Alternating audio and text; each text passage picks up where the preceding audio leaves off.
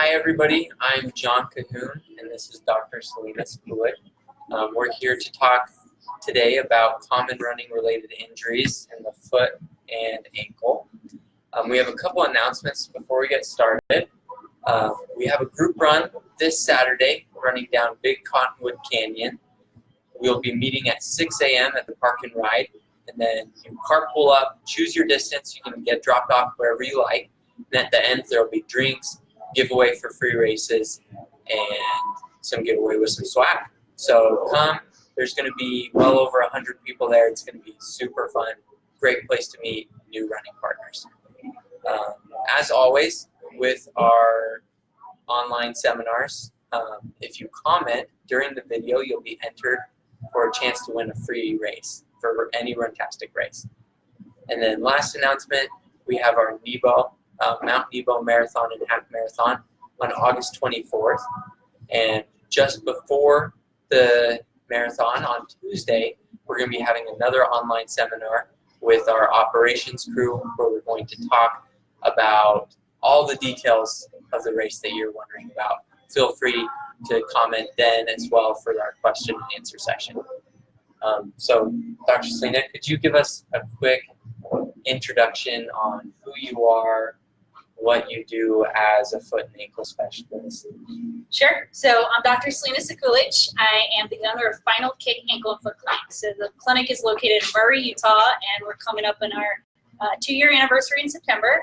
I also have a satellite clinic in Moab, which I go to twice a month, which is fabulous. So I've been practicing for several years now. I did my residency and fellowship here in Salt Lake, and I specialize in all things foot and ankle. So I treat a lot of athletes, both conservatively and if need be, surgically. I also love to run. I've run the Mount Nebo half, I think it was 2 or 3 years ago. It was a massive PR at the time, and I really loved it. So that got me into more half marathons that were down canyons, which was great. And currently I'm training to run a fast mile. So that's kind of summarizing the last few years of my life. Awesome. Okay, I'm going to be over here watching for your comments and questions during the video. We'll pass those on and we'll let you answer them as we go. Yeah, any foot or ankle related questions, if you have a nagging injury, I'm here. Just fire away and I'll try to answer and diagnose you as best as possible. Awesome. To start off, we want to give a shout out to Miles and Gavin for already commenting on the video. Gavin says thank you so much for doing this on Facebook so he can tune in from where he is. I was going to start with a question as we wait for some people to comment on Facebook. I've worked in a lot of running stores, and one of the most common injuries that I hear about with the foot and that people come in and talk about is plantar fasciitis. Oh, yes. So if someone were to come into your clinic and tell you they had plantar fasciitis, what would your questions be? What would be kind of the procedure you'd go through with them? Sure. So the first question is, where is your pain located? So a lot of patients come in believing they have plantar fasciitis and their pain is at their big toe or their Achilles tendon. So I have to first make sure that the pain is localized to the bottom of their heel, the plantar medial aspect of the heel. It can be centrally as well. It can be on the outside, but it has to be in the bottom of the heel area. So once we figure out it's not a bone problem, we've narrowed it down to be plantar fasciitis. We do a few other things. So I watch them walk. I check out their gastroc and soleus tension, and then we start talking about treatment. So first line treatment is typically stretching. If they have a tight gastroc soleus, that's connecting to their Achilles. It's funneling through into the plantar fascia. So if all that's tight, they should be stretching out their calves. Another thing I do is, I talk to them about foot strengthening. So a concept called doming, where you're strengthening the muscles in the arch of your foot, as well as the muscles that help your big toe flex down. Another thing is just toe yoga, which isolates a lot of muscles in your foot and gets those stronger. So those are just generalized things that can help strengthen your foot. Most patients are coming into me and they've had months or weeks of pain and they just want to get back to healthy running. So I always offer them a cortisone injection. And I know a lot of athletes think cortisone is scary and it's not indicated for tendons or muscles, etc. But for the plantar fascia, it's very safe. Probably injected thousands over the years and patients do remarkably well. So they have relief within days. And then there's stem cells and PRP as well. Those are regenerative techniques. Another thing I offer is shockwave therapy, and that just helps boost blood flow, tissue remodeling, and healing. So a number of conservative treatments. Plantar fascia surgery is super rare. I think I've done like 5 in the last 4 years of my life, which is, very low. Everybody gets better with, either an injection or shockwave, and then just maintaining everything with, stretching and foot strengthening. Yeah. So you said that with the plantar fasciitis, you have to make sure it's not like a bone problem. Yeah. So let's say, what kind of other pathologies, if someone's having pain in that area, could it be like a bone spur? And how would you differentiate those? Sure. Yeah, so I take an x-ray, and there's one view on x-ray called the lateral view, which just looks at the side of your foot. And on that view, I can see if there's a massive cyst within the heel bone, the calcaneus. Sometimes that cyst you don't even know about, but it's causing some pain. Those are super rare, but it's something we need to evaluate for. Another thing is a stress fracture. Those are not uncommon, and people who run a lot. And clinically, I squeeze the heel to see if they have pain, above the bottom of the foot. But on x-ray, you can also see a white line, which would indicate that they have a healing stress fracture. As far as the spur is concerned, unless they have an autoimmune disease, such as rheumatoids, some kind of seronegative autoimmune disease, spurs do not correlate with their pain. And they've done a number of studies to show that a plantar heel spur, if it's not related to a seronegative disease, does not cause your symptoms. It's actually deeper to the plantar fascia, and it's coming off the flexor digitorum brevis muscle. So it has nothing to do with the pain you're experiencing. So a lot of patients come in, they think, they have this heel spur diagnosis, they're coming to me for a second opinion or whatnot, or they've read up on the internet, and I tell them, we leave the spur alone, we don't go in surgically and try to remove it. This is a soft tissue issue. Cool. Yeah. All right, so our first question comes from, hope I'm saying this right, Olia. She said, how much do you charge for a checkup, and is it covered by insurance? Sure, yeah. So we're on most insurance plans, pretty much all insurance plans. And if you don't have insurance, or you have a massive deductible, or if you're out of network, we do consults, initial consults, $125, and then x-rays is another $25 on top of that. So very affordable, and then if you need an injection, I think that's around $80. That's the fee. Cool. And if we do like a stem cell injection, it could be a little pricier. But that just depends on what you're looking for. Cool. The next question comes from Lachelle. They're asking, any exercises to prevent shin splints? Do you do a lot with that in your clinic? Okay, so it depends what type of shin splint. So you can have anterior shin splints, which comes across here, and that's usually if you're doing a lot of extending. So a lot of running uphill where you're really flexing your ankle joint, or you're going downhill and you're braking and really hitting on your heel. You can also get medial shin splints right along here.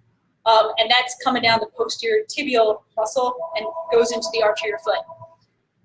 The medial shin splints I see mostly with people with flat feet. So they're standing, the arch is collapsing, they're putting a lot of strain on this muscle and tendon. So with either one, what I tell patients, you need to work out the trigger points. So this is just a muscular and fascial thing. So either go to a really good active release therapist or massage therapist who knows their fascial planes, who understands the muscles, who can dial in, figure out where those trigger points are, dry needling, manual manipulation, all that works. So if you're dealing with shin splints, just go in and have the muscles worked.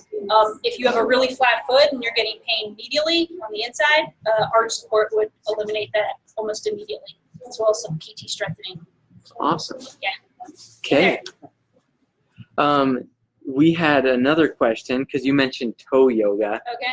Could you demonstrate what some of those toe yoga exercises would be? Can the camera look at my foot? It can. It can see. Okay. I also have a bone model. But so toe yoga, I'll show you standing up. It's when your big toe comes up. So you're isolating the extensors to your big toe. You could also press it down to isolate the flexors, or you could even put something under the toe to really, cause some resistance. And then you bring your little toes up, and you can just go alternate back and forth. And that's just strengthening all the extensor muscles and the flexor muscles, and just getting your intrinsic muscles to work. So you have small muscles in your feet that just help your toes function. Same things in your hands. That's why we can move our fingers around, because we're not in shoes all the time, casted. So, yeah. Does that make sense? Think so. Okay. I like it. Look up toe yoga online. I think you can find better demonstrations. Cool. Okay. So if plantar fasciitis is one of the most common things, what are some of the other ones that are up there with that? Yeah, Achilles tendonitis for sure. So the Achilles tendon back here, you can have insertional where it inserts into the bone, in which case you can have a very large spur. Those spurs are significant. That's not just some kind of incidental finding on an x-ray. If you have a large spur there where the Achilles is inserted, that can cause a lot of pain. And you can get calcifications in that area too, causing the tendon to be very painful. You can also get mid-substance Achilles tendonitis, which is further up. This area doesn't have great blood flow, so if you get a little tear, it can take a really long time to heal, or the tendon sheath itself will be inflamed.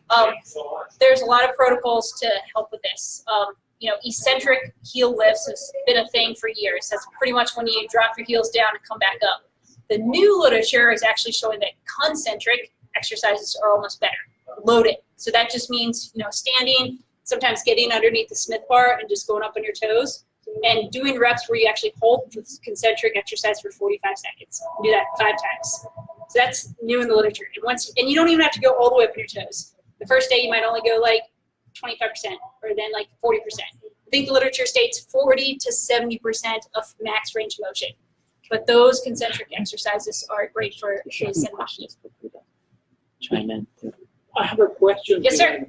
Regarding that, I have that little pain that after a run bothering me. So it could be the Achilles. So Oh, I can't see where it is. the last back part there. you mentioned. It could be Achilles, it could be perineal tendons. So that's the best exercise for recover. Or Since you're here, can I evaluate you afterwards? Because it could be, if it's spread along the side here, it could be your perineal muscles. So sometimes it's hard to distinguish, on this side, is it the post-tib or the flexor tendons that are bugging? On this side, it could be the perineal muscles that are bugging. So it's good to differentiate between that as well as the Achilles. But I can show you some concentric exercises. okay, great. Yeah. Thank you. Sure.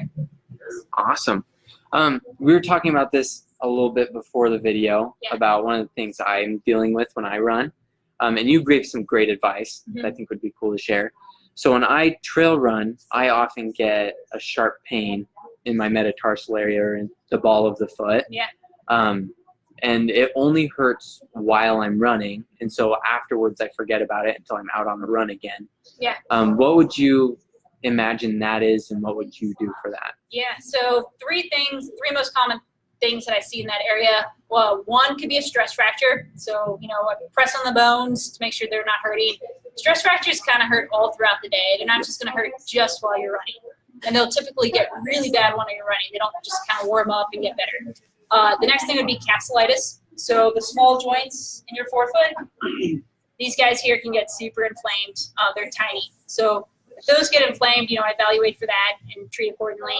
And the third thing would be a neuroma. So the nerves that run between these metatarsal bones, they can get irritated if the metatarsal heads are shearing against them. And that kind of sounds what you're dealing with, John. Yeah. So it's pretty transient. It just comes about, 7 miles into a run. And I see this problem occurring with people who wear tight shoes or even tight socks. So I know we love compressive socks, but sometimes socks are just enough to put some impingement on that nerve. And treatment for that, wide toe box is awesome. Ultra makes a great shoe, Topo. I've had a number of patients that just switch to an Ultra and they never have pain again. It's phenomenal. Sometimes a metatarsal pad can help. I've had probably 50% success rate with that. It just takes, the metatarsal heads and pushes them apart a little bit if you're putting something under here, and just decompresses the nerve. The third thing is a cortisone injection. I've had variable success with those. More success than not, and it also just depends on how large the nerve is. So if the nerve is greater than, I believe, half a centimeter, they typically don't respond super well to injections, but they're just slightly irritated on a large. I can get patients through a full ski season in tight boots, or even indefinitely through their running career with just a simple injection. Cool. I want to apologize to the people commenting on the video. I just didn't scroll down, so I thought no one was commenting. But we have a ton of questions now. So are there any specific, Gavin asked, are there any specific foot stretches he should be doing post-run? Foot stretches, so be careful with foot stretches. You know, it's great to stretch out your calves if they're tight, your hamstring if they're tight, even your shin muscles if they're tight. I think the better thing is to think more about mobility. Like, are your joints moving well? Is your body moving well? You don't want to stretch your feet out a ton because the muscles and soft tissue structures in the bottom of your feet, they're not very resilient, so they will tear. So fascia, for example, it's not like a muscle. Muscle, you stretch, the fibers tear and it heals in a longer position. Fascia, if it tears, it heals in like a fibrous knot. So you don't want to be cranking on your foot. I know there's a lot of popular yoga poses where you put your toes back and really stretch out the fascia. That works sometimes, but if you're having like plantar fascia pain, you don't want to be cranking on the bottom of your foot to stretch it out. So think about, stretching out tight muscles if need be, or working on mobility. So if a joint is tight, sometimes using an exercise band that helps distract the joint. And there's, various videos online. Kelly Starrett, who's a big CrossFit guy, shows how to like stretch out your hip, your ankle joints. There's great exercises, but think more on mobility, rolling out your tissues to make sure that you don't have any knots that are causing tension. That's what I would focus on. Cool. Kelly asked, every time I start running, I have a shooting pain up my ankle for a few minutes. Okay. But it only lasts for a few minutes, and after that it goes away, and she can go for hours afterward. Yeah. She says she doesn't get it. Any ideas? It sounds like a tendonitis. Is it on the outside of the ankle? Okay. So assuming it's just like on the outside of the ankle, it just sounds like a tendonitis to me. It just warms up super quick. It could be, the tendon sheath gets a little sticky, and once you get it gliding and moving better, it's no longer painful. Another thing is distal pain, such as like tendinopathy back behind your ankle, could be manifesting from tight muscle knots. So you might have like a little knot in your muscles somewhere, and if you can work those out either by moving, such as running, or manual therapy, then you're not going to have the pain distally. But that sounds, I'm guessing perineal tendonitis if it's on the outside of your leg and it's so transient. All right. So we also have, do you have a certain brand or kind of insert you like?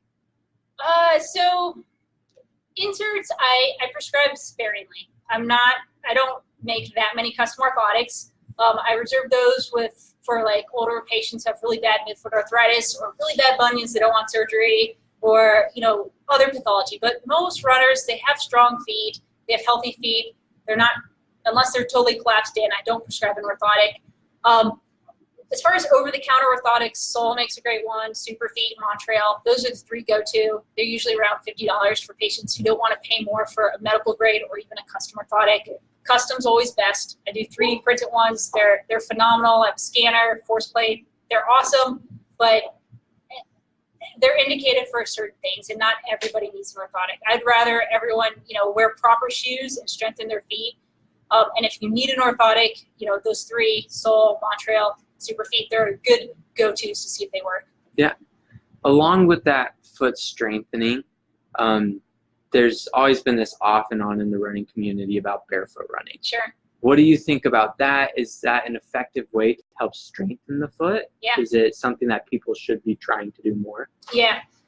So I think everyone should be walking around or running barefoot some of the time. So if you haven't run around barefoot your whole life, like, you really want to transition slowly. What I found when I first moved to Utah, I was all about the Vibram 5 fingers, the New Balance Minimus, the even more minimalist Minimus. And I ended up with some stress fractures because the trails here are super rocky, and those rocks just stab into your feet. And talking about neuromas, capsulitis, stress fractures, like, you're just setting yourself up for that. I think if you're going to run barefoot or minimalist, go to a track. Go on the turf field, which is in like every single track around Utah. There's great tracks around here, and practice running barefoot or in minimal shoes. And maybe do like 10% if you're running initially, and maybe transition up to 20%. And even that alone is going to strengthen your feet. And then, like, if you have, like, I recently got a puppy, so at night we're going for walks. I'm barefoot, and it just helps, strengthen my feet while just walking. So maybe start walking barefoot and see if you can tolerate that, and then incorporate some running barefoot. Awesome. Michelle Harrison asked, what is your opinion on compression socks to help with foot pain? Compression socks to help with foot pain. I don't know if they directly correlate with foot pain. I think maybe if you have some trigger points like medial shin splints or tibialis anterior, the compression can sometimes help, but most of the time, I never prescribe them for foot pain. That's a tough question. Yeah, I don't even know if there's good science behind that, to be honest with you. All right, that's good to know. Okay. Lori asked, because we had talked a little bit about the Achilles tendonitis. Yeah. Let's say someone has it. Is it going to be harmful to keep running and training while you have it? I say no. I have plenty of my runners continue to run through it. As someone who's had Achilles tendonitis myself, I've run through it for weeks, and it finally got better. The worst thing to do is just to stop, wear a walking boot, and not do any running or walking for weeks. Because when you have an injured tendon, you want it to heal in a certain way so that the collagen is a type 1 collagen. So your body naturally has type 1 collagen. That's healthy tissue. And when you get injured, you develop type 3, which is like a scar tissue collagen. If you just immobilize an injured tendon, you're just going to heal it with scar tissue. So the best thing to do when you have a tendonitis is to move. If you move, it's signaling your body to bring blood flow to the area and start healing the tendon normally. If you're running and your pain is like a 10 for like an hour, like don't run on it. But if you can run and it's like you can get through those first 8 minutes, and it could be like really painful those first 8 minutes, but then you get to the point where it's like, oh, it's only like a 2 or 3, and you have to deal with that for a few weeks. I would always recommend just dealing with that because it's eventually going to get better. Like tendinopathies, they can take a long time to heal, and you don't want to lose 6 months of fitness waiting for it to heal. I would look into, deep tissue massage, fascial stuff. Sometimes an orthotic can help with that, just to alleviate it, and then start incorporating the concentric exercises. But taking time off completely is just, it's never a good idea. Yeah. It's never fun either. It's never fun. No. So this one might be more of an opinion one. Okay. But Patty asked, are Hokas really all bad? They seem to be a solution to everybody's foot issues, whatever it may be. But I wonder if they're just so cushy, comfy. But are they really that great, and do they give the support needed? Yeah. Do you have an opinion on that? I'm pretty sure they just did a study on this, or they've done a number of studies actually, comparing like Maxima shoes, like the Duvalis Minimus, or not Duvalis Minimus, like the Hoka shoes versus like minimal shoes or barefoot. And they've shown that shock absorption isn't that much more significant in a super padded shoe, because your body kind of has to figure out, like, when you strike, how much force you should put in the ground. So having a ton of cushioning doesn't necessarily mean you're decreasing the forces. Hoka's unique because it has like a 4-foot rocker. So people have knee pain, people who heel strike, sometimes going through that rocker really helps with them. If they have arthritis, like patients who have really bad arthritis, I always recommend Hoka too. Like if they have big toe arthritis, like something called hallux rigidus, where the big toe joint has arthritis, or midfoot, I think they can be effective. I personally don't love them. I think the stack height's kind of high, especially trail running. You're likely to roll your ankle. But that being said, that's my opinion. Like patients love them. I know it's like rejuvenated a ton of people's running careers. So I don't think they're any better than any other shoe on the market. That's my opinion. Cool. Sean asked a fun question. He said, should I be icing my feet post-run? And I guess we could take that 2 different ways. Like, should people be using it as a preventative way to prevent injuries? Is there use in that? Or what injuries would it be useful? Like, would you suggest icing? Yeah, so in ice baths, there's so much controversy behind ice baths, and like if you're ice bathing right after a workout, does it delay recovery? I think ice baths feel great. I think going into water post-run always feels good. And if you have some achiness, it's not going to hurt just to dip your feet in water. What ice does, it vasoconstricts your vessels. It means it tightens up your vessels. So you're in the cold water, everything's constricted, and then you take your foot out, and then all your vessels open up. So it's called hyperemia. And then a bunch of blood flows to that area, and then it helps your feet heal. So that's where ice comes into play. I think it feels great. If you have time to do it, I'd recommend it to anyone. I wish I did more. Yeah, awesome. Shout out from Mia. She said, I think it is great that you are a runner and can relate to foot problems from this. Thanks, Mia. And then Brooke asked a cool question. She said, what can I do while large and pregnant to help with rebalancing weight? And another way I could see that going is, what kind of foot problems have you seen come from, like, along with pregnancy? Yeah. And what can people do if they want to stay active? Okay, rebalancing weight. So the thing that happens, so I've never been pregnant, so I can't relate 100%, but from all my pregnant ladies who come in, typically all their ligaments get super loose. And so sometimes they notice their arch collapses or they start developing more foot pain. During your pregnancy, an arch support would not be a bad idea. Everything's kind of collapsing, and if you can support it, all the better. So when you get back into running, you don't have this brand new foot or new knees or wherever else the ligaments get loose. What activities can you do? I would say you can still run. I'm no obstetrician, so I shouldn't be giving advice on pregnancy and exercise, but I know plenty of marathoners and athletes that train through pregnancy. So slow running, hiking is great. Hiking uphill, just do things that are safe. Biking, I don't know, it's kind of sketchy. Or even just going to the gym, doing a ski erg, rowing if that's possible, getting on an air dive. There's so many things to do to maintain your fitness.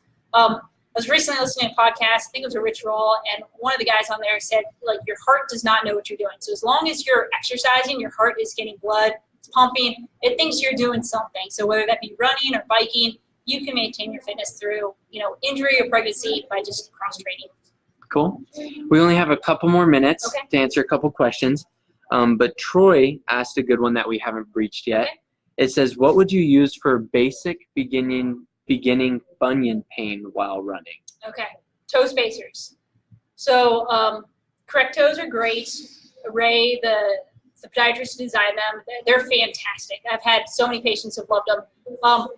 They go through all your toes, and sometimes what you have to do, if you look these up, you'll see how they're spaced between all your toes. Sometimes just removing the one little spacer between your fourth and fifth is super helpful, and then you can wear them in your running shoes. So I'd say, get a wide toe box like an Ultra or a Topo, get toe spacers and run in them, and they're actually surprisingly comfortable. Awesome. I think we have time for one more, and I saw one up here. Let me see if I can find it again. If anyone has any other questions, we're going to be wrapping up, so feel free to comment them now. I have a question. Yes. So lately when I've been running, I've noticed that the bottoms of my feet ache. Okay. And it's even after I run, they'll ache. So I feel like I read somewhere that as you get older, you lose a lot of your fatty pads on the bottom of your feet. Sure. And I'm just wondering, is there something you can do to counter that? Is that correct, or do I just need to do something different to strengthen the bottom of my feet? Sure. So strengthening is always good. Is it just your forefoot? Yeah, maybe my forefoot. And Okay. it doesn't feel like fascia. It just feels like the bottom of my foot aches. Just achy. Yeah, a metatarsal pad could be super useful. So that just sits behind the metatarsal heads and offloads them. Also, just rolling out your fascia. I mean, the fascia goes all the way up to the metatarsal phalangeal joints. So if the fascia is tight in your midfoot, that's going to be putting a lot of tension in your forefoot as well. Another thing is, what kind of shoe do you wear? Like to run in? Yeah. I wear the Nike Vomero. Okay, so And it has a good metatarsal air pad, which is one of the reasons I've been wearing it's it, been helping. because it actually transfers air as you go from your heel to your forefoot. Okay. It transfers some air to kind of what you said, decompress the metatarsals as you roll onto them. Sure. One thing to also try is just stretching out your calves. So if your calves are super tight and you don't have the ankle dorsiflexion that you need, so the ability to move your toes back to the front of your leg essentially, you're putting a lot of stress on your forefoot. It's like wearing a high heel all the time. Mm. Even like a Nike that has a 10 millimeter heel to toe drop, it's still putting a ton of stress on that forefoot. So maybe trying a lower drop shoe could help with that, just to kind of balance things out, or stretch your calves out tremendously. You're a muscular guy. It looks like you have some calf tension. So just getting a towel, holding for 5 minutes, or even just sitting in a deep squat and moving around, getting some mobility in your ankle could help tremendously. Same thing, getting that band around your ankle joint and really doing some joint distraction help. Okay. Yeah. Okay. All right. Last question. Before, Aaliyah, she had asked about the insurance and stuff before.